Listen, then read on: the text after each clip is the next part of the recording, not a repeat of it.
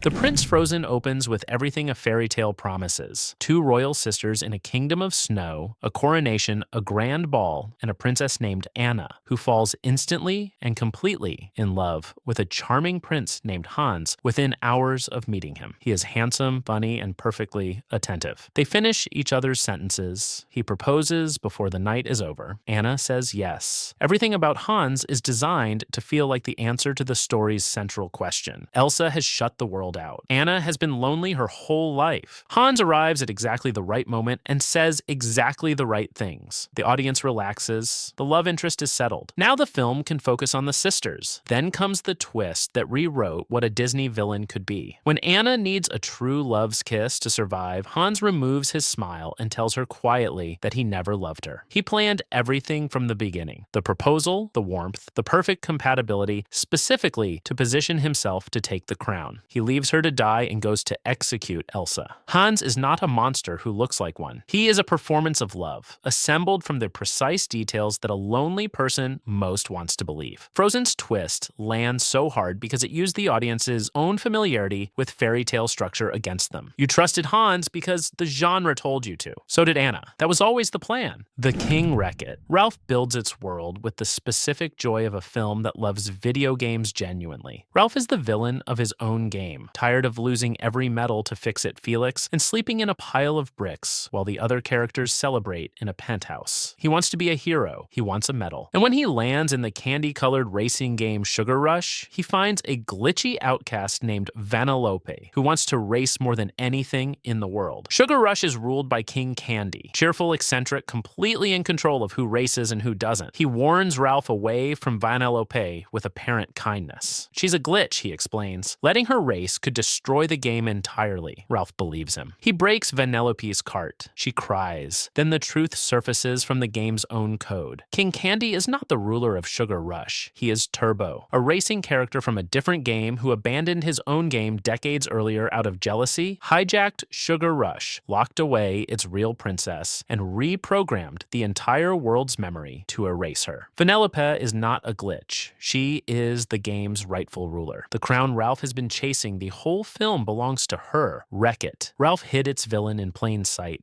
dressed in candy colors and charm. The most dangerous thing in a game isn't the enemy character. It's the one who rewrote the rules and made everyone forget there ever were different ones. The legend. Coco follows 12-year-old Miguel, a boy from a family that has banned music for generations, who accidentally crosses into the land of the dead on Dia de los Muertos. To return home before sunrise, he needs a blessing from a deceased family member. His only option, he believes, is his great-great-grandfather, who he is convinced is Ernesto de la Cruz, the most famous musician in Mexican history. Ernesto is warm, generous, and delighted to claim Miguel as family in front of every soul in the land of the dead. He promises the blessing. He opens his arms. And Miguel, who has idolized this man his whole living life, finally has everything he came for. Then the truth comes out in a single song. The songs that made Ernesto de la Cruz famous were not his. Every melody, every lyric, every performance that built his legend was stolen from Hector, a quiet, forgotten soul, desperate to be remembered because his photo has almost faded from the family ofrenda, which means he will disappear entirely. Ernesto didn't just steal the music, he poisoned Hector to take it permanently and spent his entire afterlife performing another man's love letters to his daughter as his own. Coco's twist reframes every warm scene with Ernesto as something cold. The greatest musician in history was a man who murdered a father to steal his songs. And the real great-great-grandfather had been trying to get home to his family the whole time. The mayor's Zootopia builds a city that works as a genuine argument. Every species coexisting, prey and predator side by side. Judy Hopps becomes the first rabbit police officer in history, determined to prove that anyone can be anything in a world finally moving past its instincts. When predators begin going savage across the city, the investigation leads through layers of conspiracy and corruption towards something that looks like a biological truth nobody wants to accept. Nick and Judy Judy piece the case together with the focus of a real detective story. The evidence points toward a serum derived from a rare plant. Someone is deliberately dosing predators. Someone wants the city afraid. The villain is Dawn Bellwether, the gentle, overlooked assistant mayor, the prey species politician who spent the entire film as Judy's most enthusiastic supporter, her inside connection, the warm voice on the phone when things got difficult. Every piece of encouragement she offered Judy was moving the investigation exactly where Bellwether needed it to go. Her motive is the quiet engine behind everything. Prey animals make up 90% of Zootopia's population. Fear of predators is the fastest path to political power. Bellwether was never trying to expose the truth. She was manufacturing it. Zootopia's twist works because it hid the real predator behind a face that the film and Judy had been taught to trust most. The Fan, The Incredibles, opens after the golden age of superheroes has ended. Bob Parr, once the unstoppable Mr. Incredible, sits in a cubicle processing insurance claims, his powers hidden by a government relocation program that asked every superhero to become ordinary. He is miserable in the specific way of someone who has been told that their greatest quality must be kept secret forever. When a mysterious mission arrives offering him the chance to be Mr. Incredible again, he takes it immediately, telling his wife nothing. The island, the technology. The villain called Syndrome, building robots to defeat and selling superhero weapons to the highest bidder. Bob works the case alone and walks straight into a trap. The reveal makes the trap personal. Syndrome is Buddy Pine, a child who appeared in the film's opening minutes, a boy who idolized Mr. Incredible with absolute devotion and simply wanted to be his sidekick. Bob rejected him that day, bluntly and without cruelty, because Buddy had no powers and sidekicks were dangerous. Buddy spent his entire life becoming a villain specifically to destroy the hero he once loved. The Incredibles' twist is not about deception. It is about consequence. A child whose admiration was dismissed grew into something that hunted the object of that admiration systematically. The greatest threat to the Parr family came from the truest fan Mr. Incredible ever had, the real world. The Lego Movie opens with the confidence of a film that knows exactly what it looks like and leans into it completely. Emmett Brakowski is the most ordinary Lego minifigure in the world. No special skills, no remarkable history, no qualities that distinguish him from anyone else. When he accidentally discovers a legendary artifact called the Piece of Resistance, a prophecy declares him the special, the most extraordinary being in the universe, destined to save the world from the villainous Lord business. The adventure is enormous, colorful, and completely committed to its own logic. Master builders, realms, a villain with a plan to freeze the entire Lego universe forever using a substance called Kragle. Then the film steps entirely outside itself. Emmett falls through the floor of the Lego world and lands in a real basement where a real boy named Finn has been building everything the audience just watched. His father, referred to only as the man upstairs, is Lord Business, a man who wants everything organized, fixed in place, never changed or played with or broken from its instructions. The Lego Movie's twist reframes every silly, joyful scene as a child's plea to his father to stop controlling everything and just play. The Piece of Resistance is the cap to a tube of superglue. The Kragle is crazy glue with some letters worn off. And the most important message in the film was never about prophecy. It was a child asking his father to see him. The Gift, Encanto, surrounds the Madrigal family with magic so abundant it becomes invisible. Every child in the family receives a miraculous gift on their 5th birthday. Super strength, healing touch, the ability to hear anything, to grow flowers, to see the future. Every child except Mirabelle, who stands at the center of a family defined entirely by powers she was never given. The magic lives in a candle. The candle lives in the house. And as the film builds, the cracks in the walls become impossible to ignore. The house is failing. The gifts are weakening, and every adult in the family responds by insisting that everything is fine. The twist in Encanto is not a villain's reveal. It is a structural truth the family has buried under decades of gratitude and performance. The miracle was never the gifts. The candle responds to the emotional reality of the family. It is failing because the family is failing. Because Abuela, shaped by devastating loss, built a system that treats her grandchildren as instruments of a miracle rather than children who need to be loved without conditions. Mirabelle was never denied a gift. She was the gift. The one person who could see clearly enough to say out loud that the house was cracking. Encanto's twist is the gentlest in this list and the most honest. The magic was never what held the family together. It was what they were hiding behind. The monster Moana builds its final confrontation with the inevitability of a myth that knows where it must end. The ocean has chosen Moana to return the heart of Te Fiti, stolen 1,000 years ago by the demigod Maui, whose act of theft unleashed a spreading darkness across every island in the world. The journey is long and dangerous, and the heart must be returned to restore what was taken. Standing between Moana and the island is Te Kā, an enormous volcanic demon of fire and rage, a creature of pure destruction that cannot be reasoned with or fought, only survived. Maui cannot defeat her. His hook breaks against her. Every approach fails. Then Moana stops. She looks at Te Kā's chest. There is a spiral there, the same spiral as the heart in her hand. Te Kā is not the enemy. Te Kā is Te Fiti, the island goddess, stripped of her heart, transformed by 1,000 years of loss and emptiness into something unrecognizable even to herself. The monster was the creator. The destroyer was the one who had been destroyed. When Moana places the heart back and calls Te Fiti by name across the darkness, the moment works because the film earned it quietly. Every terrible thing Te Kā did came from an absence at her center. Moana's twist is the oldest kind, the reminder that the most frightening things are often just the most wounded ones.